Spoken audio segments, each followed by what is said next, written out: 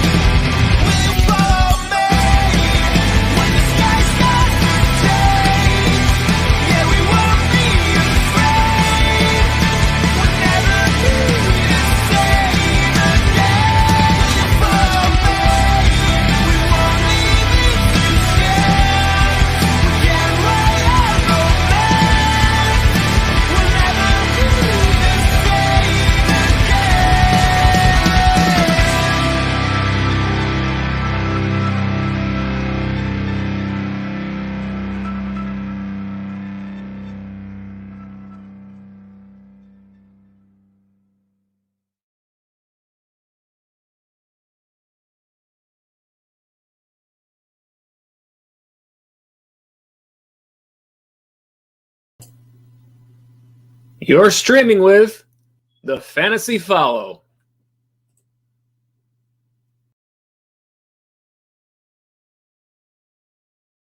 What's up, everybody? Welcome to TFF Live Sunday Pregame. It is week 15 of fantasy football. We got a great day of football ahead, and you are in the thick of your fantasy football playoffs semifinal weekend for most of you. What a great day of football and some exciting matchups yet to come. Let's give you a look at what's on today's show. We take a look back at last week's action, get you some player updates from around the league, actives and inactives for the 1 p.m. games, and our starts and sits for week 15. Also, don't forget, as always, we are here all show answering your fantasy football questions. The live chat is open. Jump in the chat. Even if we are doing other content, we will get to your questions as quickly as we can. And also, if you're watching on replay, please feel free to leave us your comments below. But let's get right into it.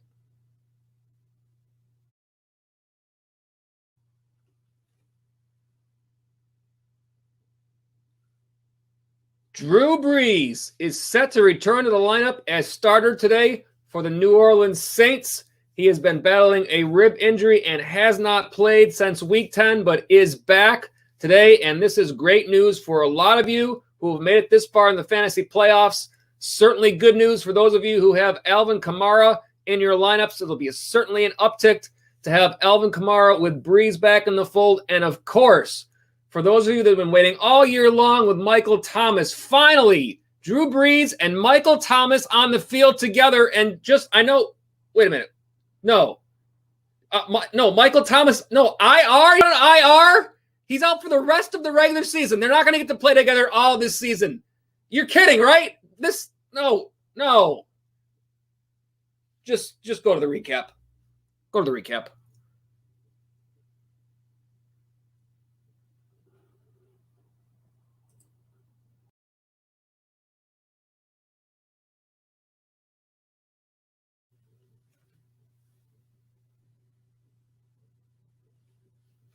I don't know what to do. I can't believe it. Anyways, here's the recap from last week. Starting out, as always, at the quarterback spot. Nice week last week for Lamar Jackson, 34.92 fantasy points.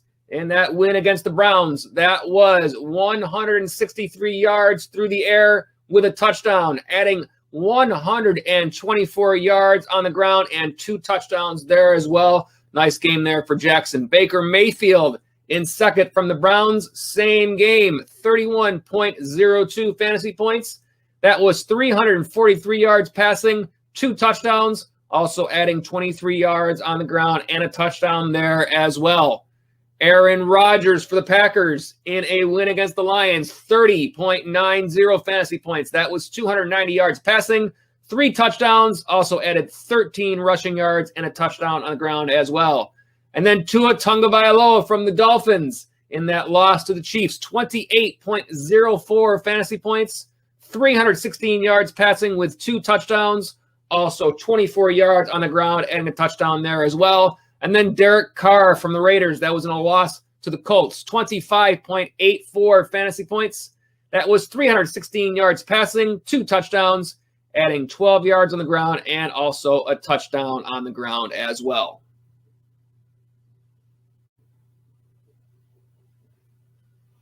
Top wide receivers from last week, it starts off with Stefon Diggs from the Buffalo Bills, 29.10 points in that win against the Steelers. That was 130 yards receiving on 10 catches and a touchdown, and also added 1 rush yard as well. Allen Robinson for the Bears in second, 27.30 fantasy points. That was 123 yards receiving, 1 touchdown on 9 catches. Calvin Ridley, another nice game for the Falcons, 26.40 points in a loss against the Chargers, 124 yards receiving, 1 touchdown, 8 catches. And then TYREEK Hill for the Chiefs, 26.10 fantasy points against the Dolphins. That was 79 yards receiving and a touchdown, also adding 32 yards on the ground and a touchdown there as well. And then T.Y. Hilton in fifth for the Colts, 25.60 fantasy points against the Raiders, 86 yards receiving and 2 touchdowns for T.Y.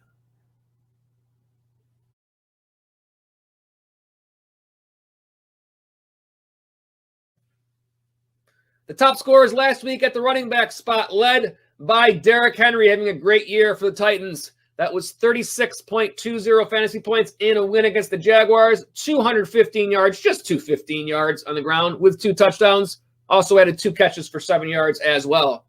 Jonathan Taylor, a great game for the Colts, 30.50 fantasy points against the Raiders. That was 150 yards rushing with 2 touchdowns, also 2 catches for 15 yards. Miles Sanders for the Eagles, 29.60 fantasy points in a win against the Saints. 115 yards rushing with 2 touchdowns, also 4 catches for 21 yards. Kareem Hunt for the Browns, 29.00 fantasy points. That was in a loss against the Ravens. 33 yards rushing with a touchdown on the ground. Also added 6 catches for 77 air yards and a touchdown there as well. And then Mike Davis for the Panthers, 26.30 fantasy points. And that was in a loss to the Broncos. 51 rush yards with 2 touchdowns, also 5 catches for 42 yards. And the top scorers from last week at the tight end spot, it was Travis Kelce. Who else leading the way in a win against the Dolphins? 27.60 fantasy points. That was 136 yards receiving, 8 catches, 1 touchdown. Mike Gesicki, a very nice game for the Dolphins, 23.50 fantasy points. That was in a loss to the Chiefs. 65 yards receiving, 5 catches, and 2 touchdowns. Irv Smith for the Vikings, 16.30 fantasy points in a loss to the Bucs. 63 yards, 4 catches, 1 touchdown. Tied with TJ Hawkinson for the Lions, also 16.30 fantasy points. That was in a loss to the Packers. TJ had 43 yards, 6 catches, 1 touchdown. And then Robert Tonyan for the Packers, 14.60 fantasy points in a win against the Lions. 36 yards on 5 catches with 1 touchdown.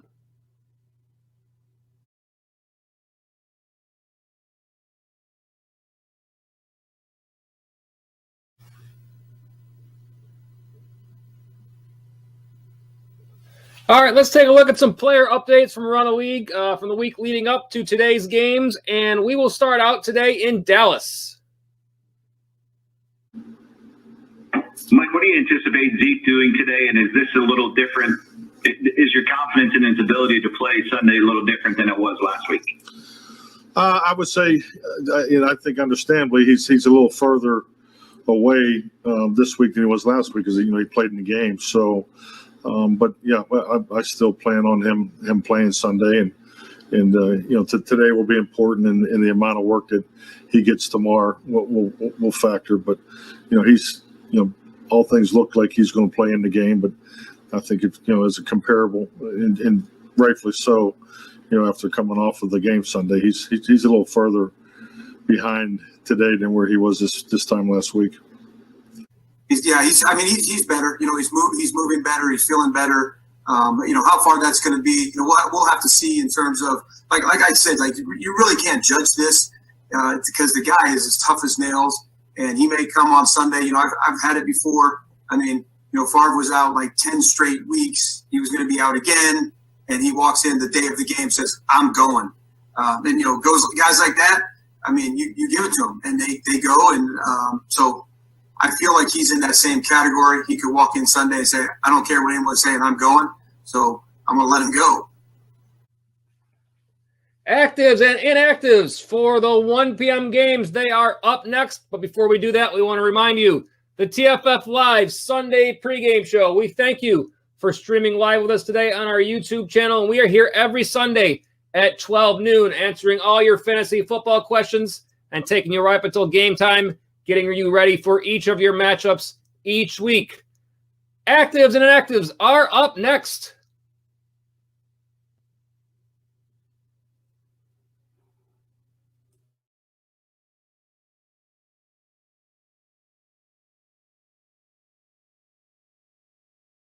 Let's get me off of mute there. That's much better. All right, before we get to the actives and inactives, I do see a bunch of chats here. I wanted to get to those first, but I will say some big news in the actives and inactives if you guys haven't been watching the shows yet. So we're going to share that with you. We're going to get through these first and then quickly get to that because that may impact some of your decisions here. Matter of fact, let me just get up all the highs first from Mary Dedon. She says, "Yo, welcome back to the stream, Mary Dedon."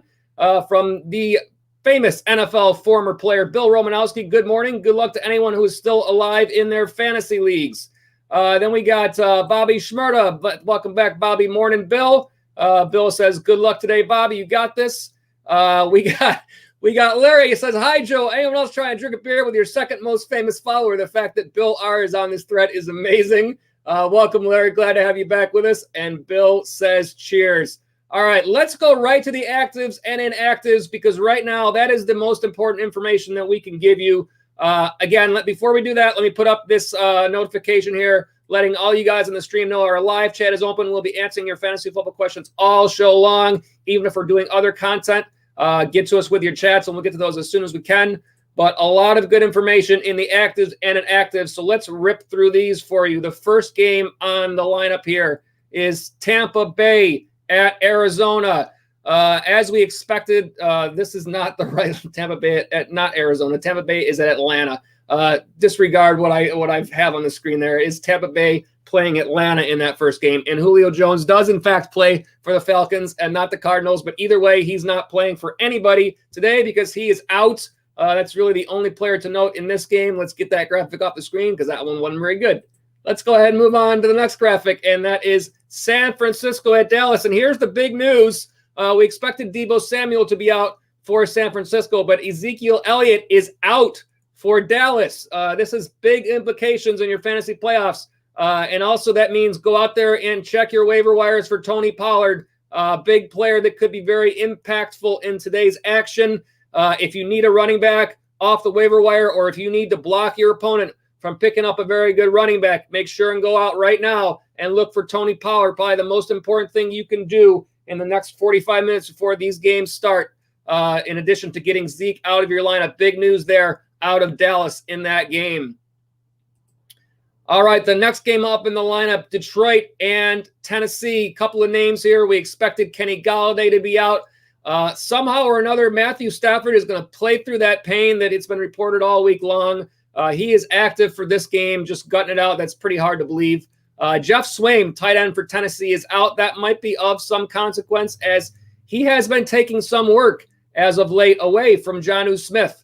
So this is potentially important if you're thinking about playing Jonnu Smith as a tight end this weekend. All right, next game up on the lineup. These are all the 1 p.m. games again. This is Houston at Indianapolis. Inactive for the Texans is Duke Johnson. Nobody else really to see there amongst these teams. Again, it'll be David Johnson getting the bulk of the work there in this game. Nothing really to speak of on the Indianapolis side there in that one. All right, moving on right on to the next game. It is New England at Miami. And again, a lot of news here. There are a lot of consequences in this matchup. On the New England side, we expected Damian Harris to be out. But take a look at this on the Miami side. Half of their team is not playing in this game. Mike Gesicki, tight end, out. Devontae Parker, wide receiver, out. Jakeem Grant, wide receiver, out. Salvon Ahmed is not on the report, so it is expected that he is playing. I do want to double check on this one just to make sure that I'm not missing anything on this one. Salvon Ahmed was expected to return this game, and he is not listed on the inactives that I've received. So I am going to double check this one just to see. He was listed as questionable on the official injury report beforehand. He is not listed as out.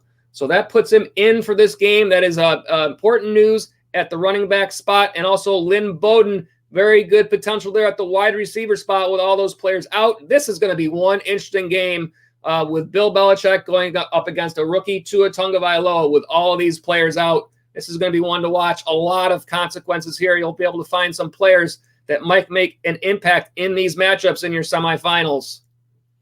All right, we've got Chicago and Minnesota. The only player of note here is Kyle Rudolph, out for the Vikings. Nothing else to see here on either side. Pretty standard and straightforward here as we get into this game. All right, next up, we've got Seattle and Washington. On the Washington side, Alex Smith is out for this game. It'll be Dwayne Haskins at quarterback, and Antonio Gibson was listed as doubtful. He is out for this game. Certainly makes a little bit of a difference there. Also of note, running back Lamar Miller listed as out as well. Not sure if there would have been any consequence there, but of course you're firing up J.D. McKissick, potentially even Peyton Barber in this matchup.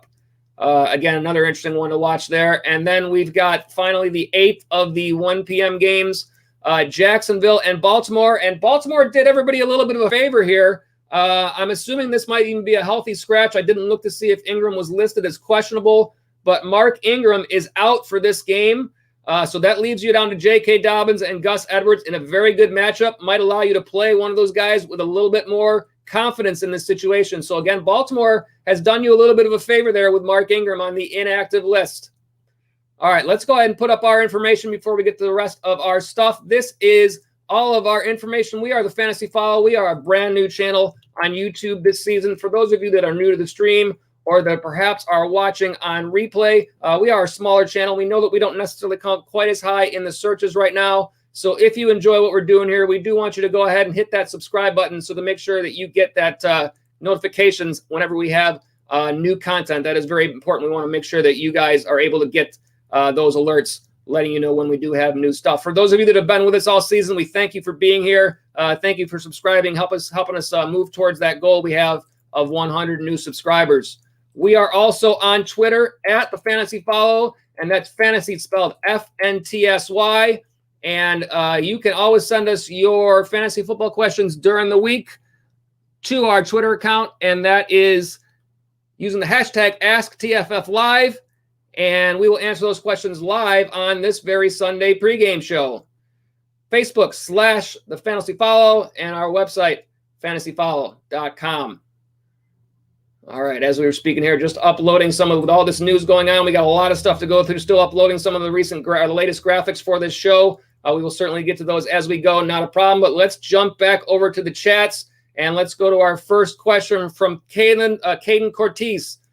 Now, I probably said that wrong. I know I said it right last night. I probably said it wrong this time. Hopefully I got it right, but at this point, there's so much going on this morning. It's been a busy morning. So hopefully I got that right. You say Bowden Jr. or Tyler Boyd, Gesicki, Grant, and Parker all officially out.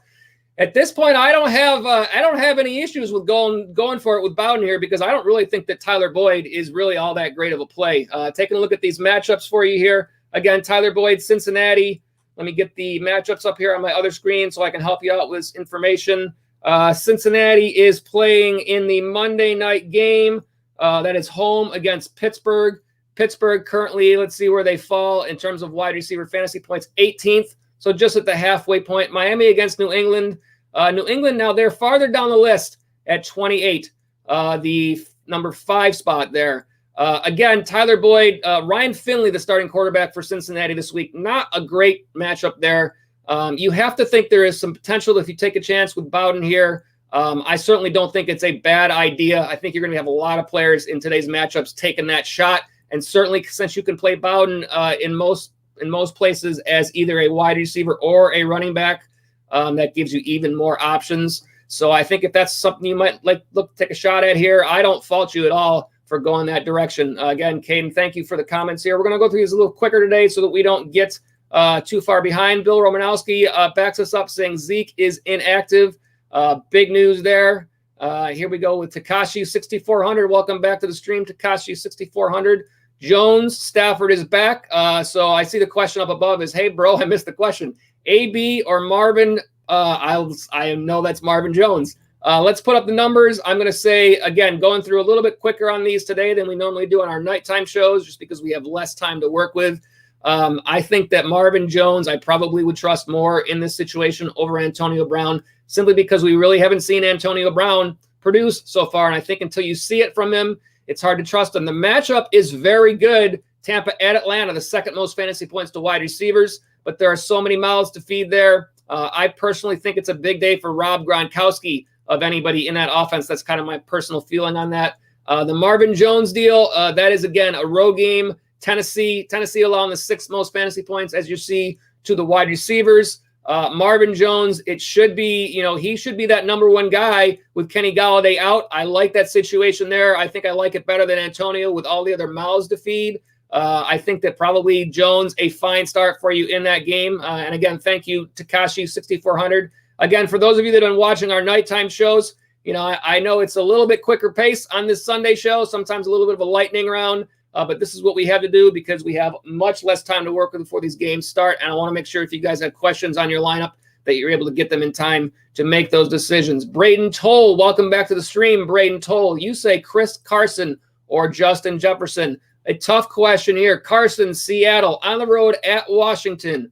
Washington, fantasy points to the running back spot, 29th, fourth fewest. I think that you're feeling a little bit better about the bad matchup for the fact that Carson, you expect to get the bulk of the work there. Justin Jefferson, as we look at the wide receiver side for Minnesota, home against Chicago. That's a 1 p.m. game. Chicago, not a good matchup, but also third fewest fantasy points to the wide receiver spot. I did not get a chance to confirm any of the reports that I talked about last night, indicating that some of the Chicago secondary was out to injury. So if some of you guys are on the chat, if you know that information, feel free to jump in here and let us know if you do know if there are Chicago injuries to their defense that could play a role in making this Jefferson matchup a little bit better. I will say, although the matchup was bad against Chicago, both Justin Jefferson and Adam Thielen in their first matchup this year had very nice games, both over 17 fantasy points. So despite the bad matchup, they did have some success. And certainly if there are players out on that defense, that certainly might impact that even more so on the side of Jefferson. I will say this. This is, and you say, damn, I'm facing Rob. I hope he gets 2 points. Rob meaning, I'm not sure who you're talking about here, Rob. Let me look up if that's up above here. Help me out. Tell me what you're referring to there with Rob. I might be losing my mind, but there's been a lot going on this morning. And there goes my light. Perfect. Just in time. I didn't get a chance to hook up my cord. So you got a plain background. This is live streaming on YouTube. Oh, you say Gronk. Yeah, I do have some sort of a feeling about Gronk today. I got him as one of my top 5 starts at the tight end spot.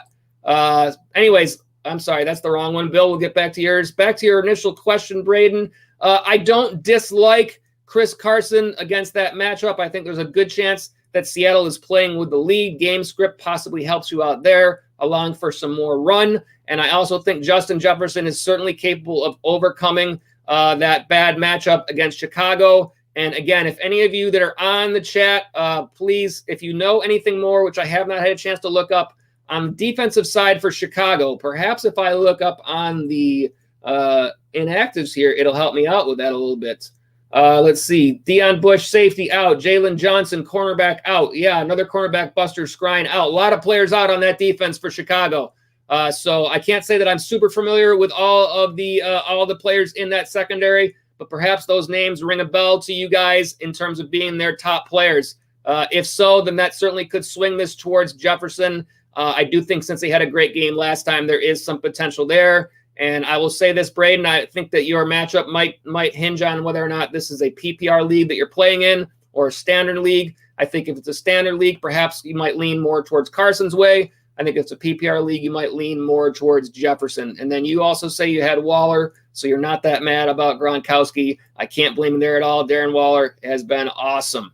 All right, whichever guy you pick there, Braden, I hope some of the information helped there.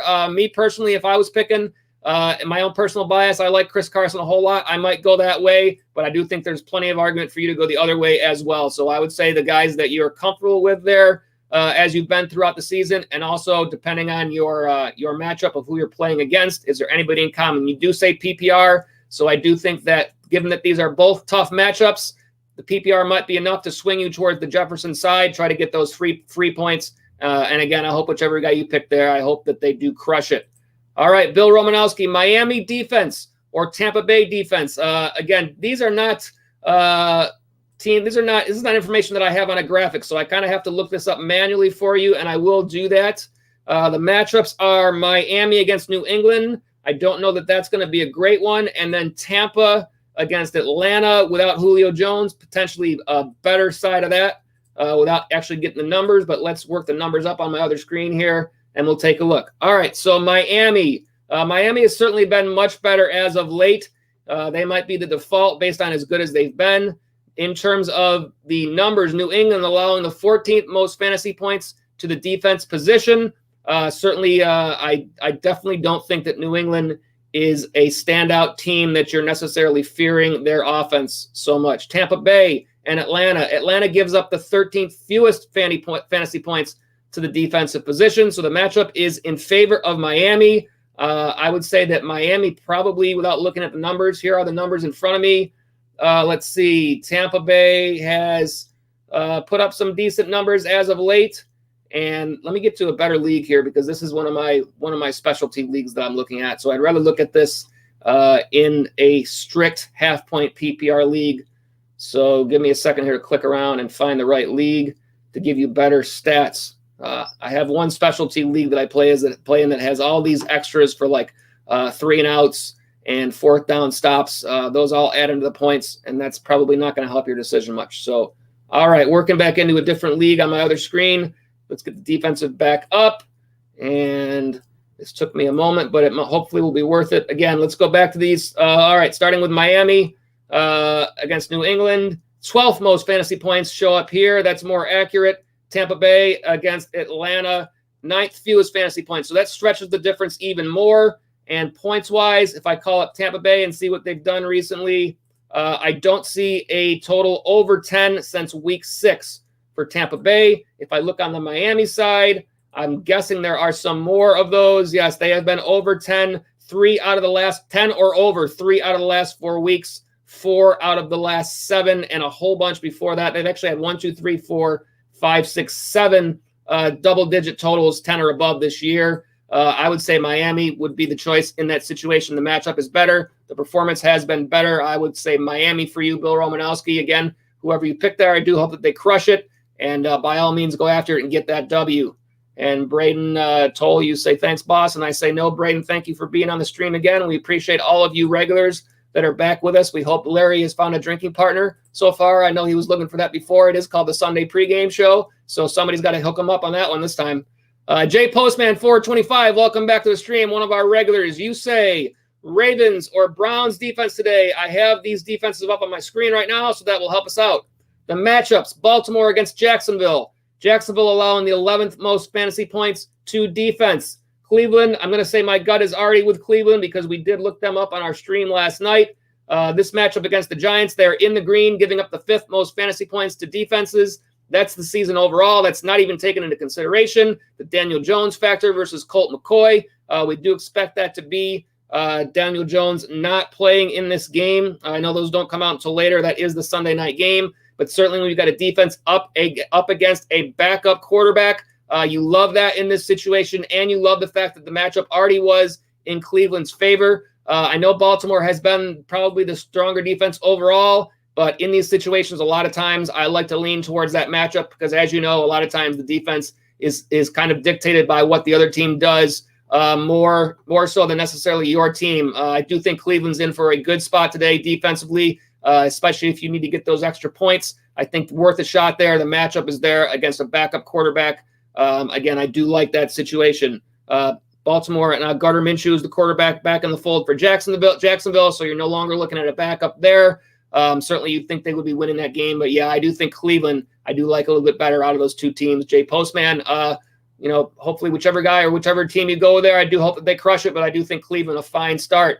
And Bill Romanowski, you say thanks at TFF. Always great insight. And I say no, thank you, Bill. And thank you all of the regulars for being with us on the stream. We do appreciate it. Very important to us. And as I always say, would much rather be talking fantasy football with you guys than just talking to you guys. We are about halfway to game time. We got a bunch of starts and sits to go through. So let's go ahead and get into that. And as I say, before I do that, I will put up this reminder for all of you on the stream. Our live chat is open, answering your fantasy football questions all show long. So even if we're talking about other content, which we have a bunch to go through here, drop us your chat. We will get back to you as soon as we see that new chat come up. We will go to those next and jump back and forth the rest of the way. So, and Jay Postman, again, you do say, yes, I'm leaning towards Cleveland. I think that's a very decent thought there. I've liked them. Cleveland, and for those of you that are potentially looking to stream a defense in your playoffs here, Cleveland plays the Jets next week. So that is two great matchups in a row for the Cleveland Browns. This is a team you could potentially look to stream right now in your playoffs and potentially have that help you towards a championship. I've liked that play all along. Two back-to-back great games. The Jets are currently allowing the most fantasy points to defenses. So if you're thinking about making any changes before these games start today, and Cleveland is available on your waiver wire, it is definitely worth a shot at thinking about picking them up. If not for this week, then potentially next week or potentially both. I think they are a great streaming defense for your playoff run. And Jay Postman, you say, if I win today, I'm in the championship match. I hope that you get it. I hope all you guys that are watching, all of our regulars and all our new viewers, we want to see big wins in all of your leagues today and hopefully next week moving forward as well. All right, let's go ahead and jump into the starts and sits. We're going to start out, as always, at the quarterback spot. And our top start this week for the quarterbacks is Tom Brady. Tom Brady playing at the Atlanta Falcons. Atlanta currently allowing the most fantasy points to the quarterback spot. They have allowed 20 or more fantasy points to 8 different quarterbacks this year, currently giving up the 3rd most passing yards in the league. Brady has had 20-plus fantasy points in 2 of his last 4 games and has had 10 touchdowns. I definitely like Tom Brady this week in a nice spot for the Tampa Bay Bucks. Look at the top 5 at the quarterback position. We got Phillip Rivers at number 2. Rivers playing against Houston. Houston allowing the 11th most fantasy points to the quarterback spot. They have given up 19-plus fantasy points to 9 quarterbacks this year, and they are allowing the 9th most passing yards in the league. Your next player there at number 3 is Ryan Tannehill versus the Detroit Lions. They are allowing the 7th most fantasy points to the quarterback spot. They've given up 20-plus fantasy points to 6 different quarterbacks and are allowing the 6th most passing yards in the league.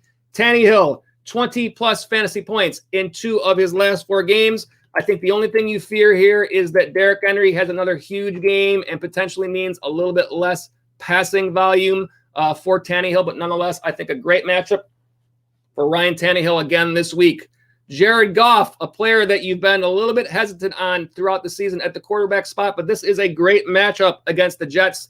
The Jets allowing the 2nd most fantasy points to the quarterback position, and they have given up 20-plus fantasy points to 5 quarterbacks in the last 6 games. I will repeat that for effect. 5 quarterbacks in the last 6 games. Doesn't get much better than that, allowing the 2nd most passing yards in the league. Jared Goff, again, 20-plus fantasy points in 2 of his last 4 games. And at number 5, and this was a kind of a if he plays, I put him on this list, but it's Matthew Stafford, and he is playing. This is a great matchup against the Titans. Tennessee allowing the 5th most fantasy points to the quarterback spot. They have allowed 20-plus fantasy points to 5 quarterbacks this year, are giving up the 4th most passing yards in the league. And Matthew Stafford, 20 or more fantasy points in 2 of his last 4 games. All right, let's move on to for some reason, my nice fancy photo graphic for the quarterback sit did not show up amongst the chaos of all the players that were out in these games here as I was preparing for this show. So without a nice photo, we just simply move right on to all of the sits. And the top sit this week, rookie quarterback against Bill Belichick. Beware, even worse with all the players out. All signs lead to Tua Tagovailoa, the top sit this week. New England allowing the third fewest fantasy points to the quarterback position. They have given up 5 20-plus fantasy points this year. They did give up to another rookie quarterback just 6.36 fantasy points to Justin Herbert in Week 13. Certainly we know how good Herbert has been all year. Currently allowing the 7th fewest passing yards in the league. Tua, last week versus Kansas City, 316 yards, 2 touchdowns, 28.24 fantasy points. This is a much tougher matchup and a scary spot here, especially with all these players out. I've got Tua Tagovailoa as my top sit. Let me go ahead and jump over to the chat here. I do see from Bill Romanowski, if I lose today, it's just a game. Only one person can win. The money would be nice, but it's the fun I have. That is an outstanding outlook on this. I feel the same way, and I know I've talked about that a lot as this season's gone along. It is just fantasy football, but fantasy football is so much fun, and when you get to this part of the season, this is what you play for. So, again, fire up that Sunday ticket and start yelling at those games. That's the best way to watch these, in my opinion. Yell for those touchdowns. Everything you can do. You know, obviously it doesn't make one bit of difference in what actually happens, but it sure is fun. So thank you, Bill Romanowski. Let's get back to the sits. At the number 2 spot here in terms of sits for quarterbacks this week, I have got Baker Mayfield. Now, Baker certainly has been playing better, averaging 29.99 fantasy points over his last 2 games, 6 touchdowns in that span. This is not a good matchup. The Giants allowing the 5th fewest fantasy points to the quarterback spot, 20-plus fantasy points only 2 times this year. Right in the middle in terms of passing yards, 16th. But again, I think this is a tougher matchup here for Baker Mayfield, and I wouldn't be surprised if it goes a little bit the other direction from what we've seen in the past weeks. All right, next guy up is Sam Darnold for the Jets. There's part of this equation where I talk about how tough the team he's playing against is. You know, that's the Rams. They are allowing the fewest fantasy points to the quarterback spot. The flip side of that is I can just say Sam Darnold, he plays for the Jets. You probably don't want to play him. Keep him on your bench. Next, Kirk Cousins, number 4. Again, this is in a week like this where you've had so many games that have already been played.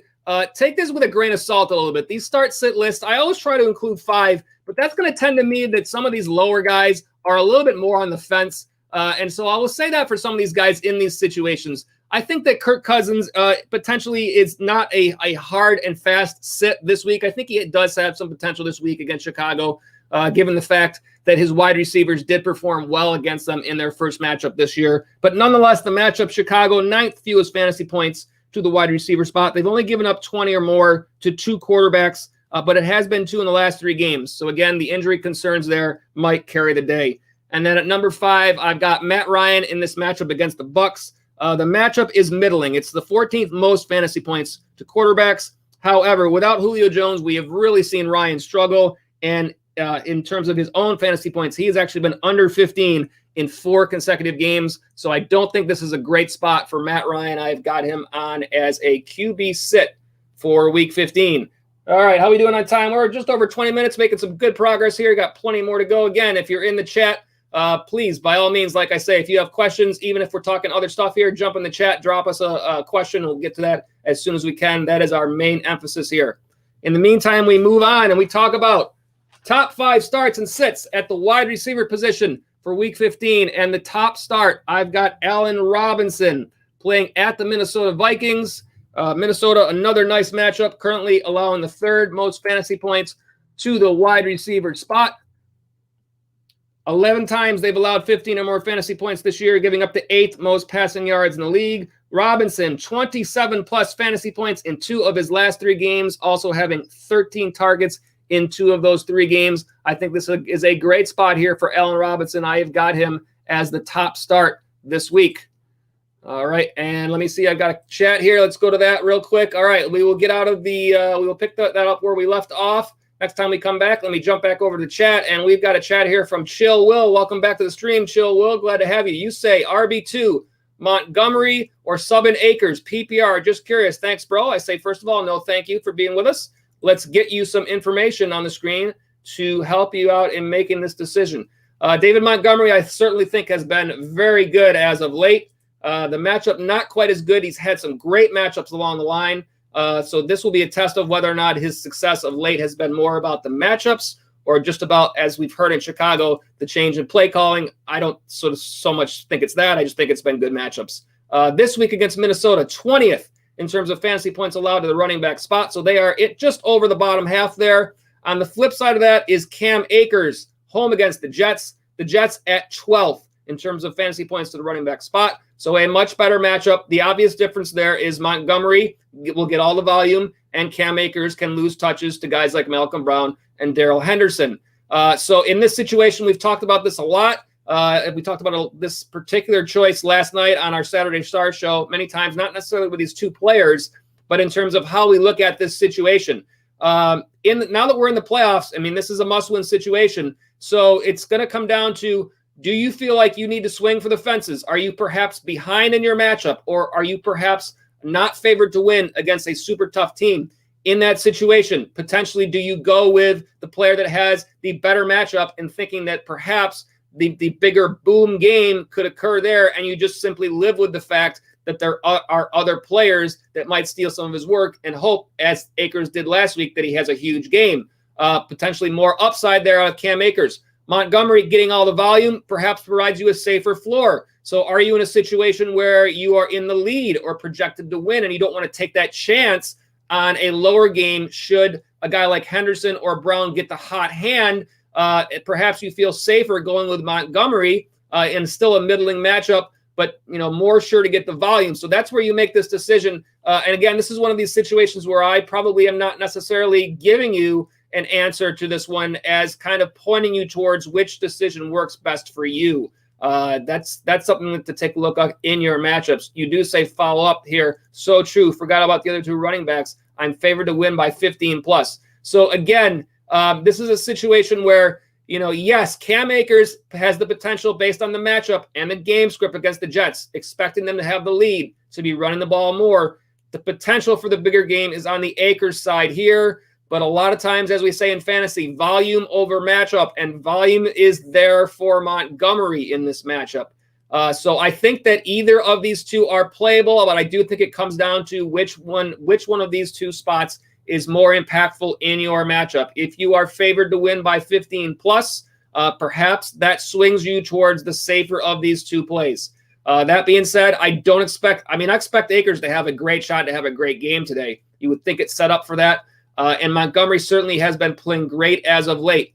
The bad news is Chicago plays at 1, the Rams play at 4, so you pretty much got to make this decision ahead of time. Again, to me, like if I'm looking at this, this is kind of would be a toss-up in my opinion. If you're someone, the way you typically play, want you to lean towards that guy that could have that great game, that leans you towards Akers. If you're the type of player that wants that safer floor, you go Montgomery. And I do see follow-ups here. Facts. Thanks, bro. And no, absolutely thanks you. And you say Monty. And I don't fault you. I don't fault you either way on this decision, but it looks like that, given those facts and given the fact that you're up, the volume, the floor, I think that makes a lot of sense. Again, as I always say, I do hope that whichever guy you have crushes it. I will be watching, and I will love to see Montgomery have a big game for you here. I hope you do get that big win and move on in your playoffs. All right, let me get the stats off the screen here, move those out of the way. Let me put up another reminder before I get to the next chat, because I do see a bunch of you, and do want to remind you that our live chat is open for the rest of the show. About 15 minutes to game time. We do have some starts and sits to roll through, but we can always roll through those late if we have to once the games have started. We've done through a bunch, a few more to go, but the chats are most important, so we want to get to those, give you a chance to get those questions in before you have to make those decisions. Kicks for Mike. Welcome back. Kicks for Mike.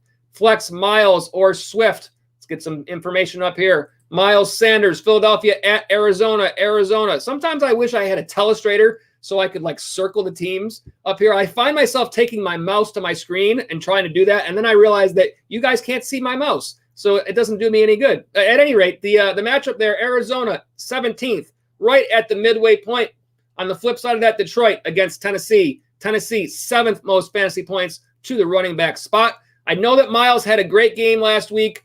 The matchup is in favor of Swift here. And Swift last week in their first game back, I think Detroit was probably a little bit cautious with the amount of work they gave him. I think they feel a little bit better this week in terms of giving him a little bit more work if need be. I think the matchup is there, and I think Swift has been very good to me. I like Swift in this situation. I don't fault you for going with Sanders because of the great game that he just had. And you say, my bad, I forgot about yesterday. I fell asleep. You say good morning, though. Not a problem. We were on. We didn't start last night until after the second game ended. So it certainly was a later stream, but we're not going to – I didn't see any point in being on in the middle of the football games that you guys are trying to watch. So I just decided, all right, we'll do a post game. And we went through and did our stuff then. I will say this. We did a 4-hour show last night. Ton of chats. Great night of talking fantasy football. And hopefully that we were able to get a lot of information for you guys. So kicks for Mike. Since I don't have another chat up in the run right now, I'm going to call up stats just to back up my information. I want to give you a little bit more on this. So let me call up here DeAndre Swift. And I do know that last week he had like in the 40 or 50-yard running range, I think, in terms of rushing yards. Let's see. I'm sorry, 24 yards, but had a touchdown. It was 13 fantasy points. He also caught 4 or 5 targets, additional 26 yards. I do like the fact that they're using him in the passing game and have been doing so all year. Certainly you would like to see a little bit more production, but he did have that touchdown. On the Sanders side of things, let's put it this way. Miles Sanders, we've been waiting for him to have a bigger game. He finally had it this week. What I did not really look at is he had that one huge touchdown run. I want to say it was in the 70-yard range. I'm not sure to be exact. Here are his totals. 2 touchdowns, 115 yards. If you take away that big run, it's still a little bit lower number. And the previous games to that, we've had a bunch of low games for Sanders. His usage has been kind of weird. It does seem that Jalen Hurts kind of infused that team a little bit, and Sanders certainly was a part of that. I'm looking at a half-point PPR screen, 27.60 points. Absolutely a great day there. Let me see if there's any other information that helps you. He had 4 catches for 21 yards. It says big play specialist Sanders had the longest run of career in the second quarter. It was an 82-yard touchdown. So, yeah, again, only 30 more yards. In addition to that, I don't want to raid on Sanders' parade. I've been high on DeAndre Swift all year long. I do think this is a close choice for you. And I don't necessarily think that either one of them is awful. And you do follow up saying Swift led the backfield with carries on his first game back. Yes, I did see that over Peterson. I would only expect that to get better for him as they move forward because, he's their guy. In terms of the Lions, like Adrian Peterson is not the future for that team. DeAndre Swift is. So I would expect him to get plenty of work. Me personally, I probably like Swift here, but I don't necessarily think that Miles is a bad start. Again, this is a situation where take a look at your opponents, find out if there are any players in common that might swing your decision. Perhaps I don't know if Jalen Hurts is a streamer that you're playing against for some reason. There probably isn't anybody else in play there, but keep an eye on all those little extras. And then, that best decision, again, as I say, I hope that guy crushes it for you. And you say, thanks, bro. And I say, no, thank you. Kicks for Mike. And all of you regulars, appreciate you guys being on the stream. And you say, I pray for Kyler today. I got him and D-Hop, the duo. A good stack there. I definitely think if we put up the wide receiver numbers against Philadelphia, let's see where they fall, 15th. So this is definitely a winnable matchup for those guys. Kyler certainly has had a few more down games, but D. Hopkins is a stud. So I think this is a good spot for you. Hopefully they all crush it. We get that W, and you can move on in that matchup. Slay is out for that is right. Also true. So yeah, go ahead and get that W, and we'll see you next week here talking about your championship. That's what we want for you. All the best. Get that win. All right. And Bill Romanowski, you say excellent rundown on the Montgomery question. I appreciate it, Bill. And by all means, I always hope these work out. Like I always say, fantasy football is all about opinions, and I like to try to put up as much information to back up mine because I'd rather not just say, hey, I like this guy. I'd rather be able to say, here are some reasons. And perhaps those reasons lead you to a decision. If that decision is the same as me or if it's different for me, doesn't really matter as long as you're getting the information that you want to make that best decision for you. That's kind of what I'm all about. So I do hope that all helps for you guys. All right, Daniel Padilla with a chat just jumped right in here. Good morning. Welcome back, Daniel Padilla. Welcome to the stream, one of our regulars. With Zeke out, is Pollard worth the start? Ahmed for Miami or Pollard? Let's put up the matchups. I think Pollard is definitely worth a start.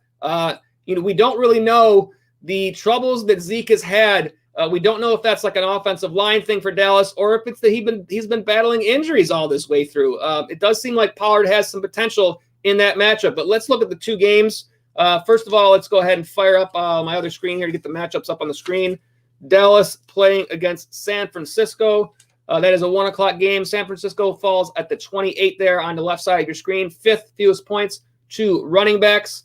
I think that it's a matchup that they can overcome if Pollard plays well, of course. But nonetheless, a tougher matchup there. Ahmed for Miami against New England. New England a little farther up, 19th in terms of fantasy points to the running back spot.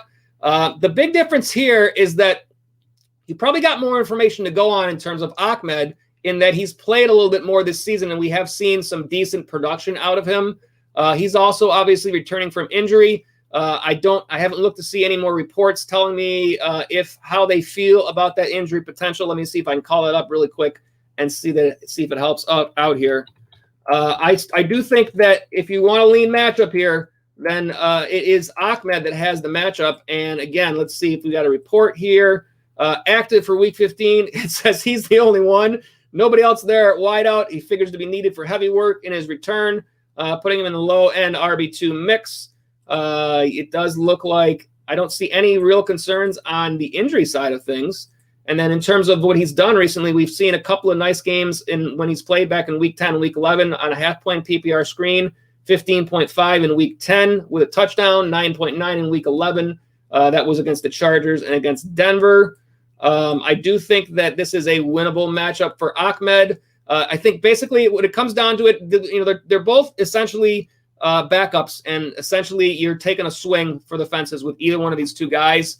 I'm guessing that, simply because of the fact that Dallas has had so much struggles and the fact that they're playing against San Fran, which is the tougher matchup, I might lean Ahmed here and see what you can go with there. I see Larry just jumped in the chat. I'll get to that in a minute. I see Bill Romanowski as well, but I'll finish this one up. I would probably, if it were me, I might actually lean Ahmed here, although I don't dislike Pollard. We just haven't seen that much work to really know where he's at. It could be a big game for each. It could be a stinker for each. That's just kind of the situation when you're going with a backup. But again, against New England, you would expect that they're going to, of course, there's so many people out. Who knows what's going to happen there? But you think that New England's going to try to shut down Tua. And so that means they're going to have to run the ball. They've got no receivers to throw it to. In Dallas, you've still got all the receiver core there. Yeah, it's Ahmed. The more I talk about this, the more I feel like Ahmed is the potential there. Again, I do hope that works out for you. They could go either way on this one. But I do hope whichever guy you pick crushes it. And I think that Salvon Ahmed, a fine start there for Miami. Daniel Padilla, good luck with that one. I hope that you get a nice win out of it. Bill Romanowski says game script, always a major player. Absolutely. And I always talk about the 4 factors when making these decisions. It is talent, volume, matchup, and game script in that order, because a lot of times, like if you got a top tier player, you're going to trust them to win against a bad matchup. That's where the talent comes in. But the volume thing is really key to me. A player that's a lot of times I will favor a volume over a matchup, because like in a situation like that Montgomery thing versus Akers, like you expect him to get that work. And you never really know what's going to happen on the other side of things. So it could go your way or it might not. That's a lot of times why I will favor that volume. But that's the reason why I talk about those in that order. And of course, game script also always important. Larry says the Freddy Krueger sweater is appropriate, Joe, because you're out here killing it. I appreciate it, Larry. Let me go up above and let me re-put up for anybody else that's on the stream that wants to join in. Larry, I'll put this up. Says anybody else wanting to drink a beer with the second most famous follower? That's behind Bill Romanowski, of course. Larry, one of our most regular viewers, who's been with us, I think, every show throughout the entire season. Welcome back, Larry. And for all you guys that are on the stream, any one of you guys fire up and drink with Larry. He's ready for it on the Sunday pregame show. All right, let's go ahead and let's put up our reminder that the live chat is open for the rest of the show. We got about less than 10 minutes for game time, so let's jump back over and let's rip through the rest of our starts and sits. Let me see where I left off here. I left off at the wide receiver position. So here we go. Those are quarterbacks. Don't want to talk about them anymore. I want to talk about wide receivers. Come on, Joe. Let's get this going here. I've only done 15 of these shows this year. You think I'd have it down by now, right? All right. Wide receiver, top 5 starts here. I already talked about Allen Robinson at the number 2 spot. I love this start. Brandon Ayuk. This is a great spot against Dallas here. If we talked about this a lot last night. If Brandon Ayuk doesn't have a huge day today, I will be absolutely shocked. So if you've got him, you have got to be feeling good about the prospect of having him in your lineup. I'm looking for a big game there for San Francisco. We know how bad Dallas has been against wide receivers this year. So I think this is a great opportunity for Brandon Ayuk. Robert Woods and Cooper Kupp both on this list against the Jets. The Jets allowing the 7th most fantasy points to the wide receiver spot. And then T.Y. Hilton has been playing great, playing against Houston, again, leaking fantasy points. Houston allowing 9th most to the wide receiver position. We're going to move through these a little bit quicker so that we can try to get these all in by game time, just in case any of you guys, if any of this information might be helpful to you as we move through. Let's go ahead and put up next the wide receiver sit. This is a pretty easy one. I had Devontae Parker as my top sit. He's not playing, so he did that work for us. I didn't necessarily like him in this spot anyways. But yeah, that's a no-brainer. Nothing to have to think about there. So as we look at the top 5 here at the wide receiver position, at number 2, I've got CeeDee Lamb for Dallas against the 49ers. Simply put, we have not seen great results out of Dallas for most of the season, and that's kind of why CeeDee Lamb lands on this list. At number 3 here is Jamison Crowder for the Jets at the Rams. Again, the Rams, the fewest fantasy points to the wide receiver spot, and they are the Jets. I've been really hard on the Jets all season. If there are Jets fans out here, I apologize. I've been really hard on Adam Gase.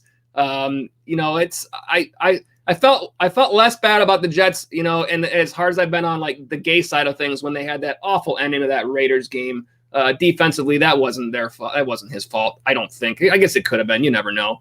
But at any rate, I've got Jamison Crowder as a sit. Also a little bit banged up. Tyler Lockett, I'm beware on here. Again, with all these games that have always been played, it's a little more slim pickings here. So in order to put up a top 5, some of these guys you might consider they could be on the fence. Certainly Lockett could be one of those guys. But I do have him as a sit this week. He just hasn't been putting up the points as of late. And Brandon Cook's another guy that I think could be on the fence for you. Against Indianapolis, he had a decent game against them last time, but the Colts still a tougher matchup, 7th fewest fantasy points to the wide receiver spot. All right, flying right through these over to the running back spot, and I've got Jonathan Taylor as the top start this week. I think this is a great spot for the rookie running back against Houston. They are allowing the 2nd most fantasy points to the running back position. In their first matchup this year, Taylor had 91 yards. On the ground, no touchdowns, 44 yards through the air on 3 catches and a touchdown there, 22.5 fantasy points. I think another great spot for Taylor. If possible, it potentially even better than the first time around because Nyheim Hines was getting a little bit more work, and I think they have no problems with leaning on Taylor at this point. So I like him a lot as the top start for running backs. Raheem Mostert, the number 2 start at the running back position. The only thing that you're concerned here at all is Mostert fully healthy? Or do they decide to work somebody else into that backfield, potentially Jeff Wilson, for a little bit more of that work? I think Mostert is a great start this week. I think potentially they both have big days on the ground there for San Francisco. Kareem Hunt for the Browns has been good all year long. Couple of down games. We picked it up again last week against Baltimore. Good matchup here. Giants, 9th most fantasy points to the running back spot. J.K. Dobbins, another great matchup. In Baltimore, they did you a favor by naming Mark Ingram out. So now you know it's just Dobbins and Edwards. You're more comfortable with 2 players there than 3. And certainly it does seem like Dobbins has been the guy that they've been leaning towards more and more. Great matchup against Jacksonville today. And DeAndre Swift, again, for the Lions, playing against the Titans, 7th most fantasy points to the running back spot. I think another great spot there for DeAndre Swift. And to the other side of things, on the sit side, the sit side sounds like the right way to put it sometimes here. It's Todd Gurley for the Atlanta Falcons. The Bucs, not a good matchup, 7th fewest fantasy points to the running back spot. And also Gurley kind of disappeared last game. 5 touches on the opening drive and then only 3 after that. So what's up with Todd Gurley? Not sure what the situation in there is. But again, I have him as the top sit this week. Taking a look at the rest of the top 5 here. We've got J.D. McKissic for the Washington football team. Certainly with no Antonio Gibson. It does bode a little bit better for McKissic. However, he has been very much the favorite of Alex Smith in terms of the dump-off passes out of the backfield there. Without Alex Smith, we haven't seen as much of that volume from Dwayne Haskins. I think that makes you a little bit more beware. Perhaps they still work him in with a little bit more of the run game, but I still think that lands him on the sit list. The matchup is not terrible. Seattle, 11th most fantasy points there to the running back spot. But I do think that I've landed J.D. McKissic on the sit list. again, there are some arguments to be made when you have less players to choose from by the time you get to Sunday. This next guy I don't think is in that argument. Frank Gore against the Rams. Third fewest fantasy points to the running back spot. A very tough matchup. DeAndre Washington, certainly now with Ahmed back, we don't expect much from Washington in this game, so that's why I've added him to the list. And another potential one here that's a little bit iffy, but not a good matchup at all. Clyde Edwards-Helaire against the Saints. The fewest fantasy points allowed in the league to the running back position. For those of you that are playing Edwards-Helaire, and I can certainly understand why some of you would still be playing him. He's been a high draft pick. Hopefully he is able to overcome that matchup, but it is not a good matchup. They have only allowed 15-plus fantasy points once in the last 9 games, and that was last week to Sanders. They are allowing the second fewest rush yards in the league, so a very tough spot there. And there are a lot of you that may absolutely be needing Clyde Edwards-Helaire to somehow come through for you this week. I do hope if that's the situation, you are able to get those points still. All right, I do see a new chat here. I'm going to try to jump down to that really quick. And Bill Romanowski, and you say, have a good one at TFF. And I say, no, you have a good one, Bill Romanowski. Thank you again for being on the stream. Appreciate all of you regulars. And certainly Bill has been with us many, many times, and look forward to seeing you on future streams as well. All right, let's rip through the rest of these starts and sits as we are right at game time. We will finish up with it. The poor tight ends who never seem to get on the screen before the games start. You know, but perhaps next year when it's National Tight End Day, you know, we could figure out a way to we'll put them first or something like that. We should have done that this year. How come no one suggested that, you know? Come on, Larry. Anyways, tight end spot, top start here. I've got Rob Gronkowski. I do feel like this is a very good spot here for the former New England Patriots tight end and best friend of TB12, the Gronk. 5th most fantasy points being allowed by the Falcons. They've given up 10-plus to the tight end spot 8 times. He had a touchdown last week. He had 106 yards the week before that in week 12, before their bye. I think Gronk is the top start this week. And looking at the rest of these guys, I like Jared Cook now that Drew Brees is back even more. Mark Andrews, always great. Another good matchup against Jacksonville. Eric Ebron has had a great run of matchups, and this just continues now against Cincinnati. And then the Hawk, TJ Hawkinson, has been fantastic all year. I think right there on the fringe of auto starts is TJ Hawkinson throughout the most of this season. Again, tight end spot is always difficult, but he's been really good for you, and you probably picked him up quite a bit later in your draft this year. The top sit, I've got Jonnu Smith from the Titans, a tough matchup, 7th fewest fantasy points to the tight end spot. No Jeff Swain perhaps bolsters his outlook just a little bit, but the Lions have only allowed 10-plus fantasy points 4 times this year, and Jonnu Smith has only had more than 2 catches 1 game since week 6 this season, so I've got Jonnu Smith as the top sit. And then the rest of that list there, it's Dallas Goedert against Arizona with Zach Ertz back. Who knows what's going to happen there with the new quarterback and Jalen Hurts. A lot of question marks there. Dalton Schultz against San Francisco, the very fewest fantasy points allowed in the league to tight ends. And then we've got Logan Thomas for the Washington football team, and also Mike Gesicki. Pretty simple to put him on the sit list when he's not playing. I did make these up before that information came out, so please don't play Mike Gesicki. He will not get you very many points this week. All right, we are at game time. That was a rapid run through of a lot of information and a little bit of scrambling on my side of things today. We had a lot of information that came through, especially with those actives and inactives, and sometimes these things happen, but this is a live show, and that's what it's all about. So we love doing these shows with you guys. Especially when we get right down to game time, like we did this time, as we do on every Sunday. But it's playoff time, semifinals. We want you guys to all go out and get those W's, and do hope that all of these decisions that you have work out for the best for everybody. And at the same time, I will say, I really hope that I got my lineups where they needed to be, because I definitely didn't have time to look at them before the show started. That happens sometimes, but I'm pretty sure I set them up the way I needed to in advance. So I think that we're good on that.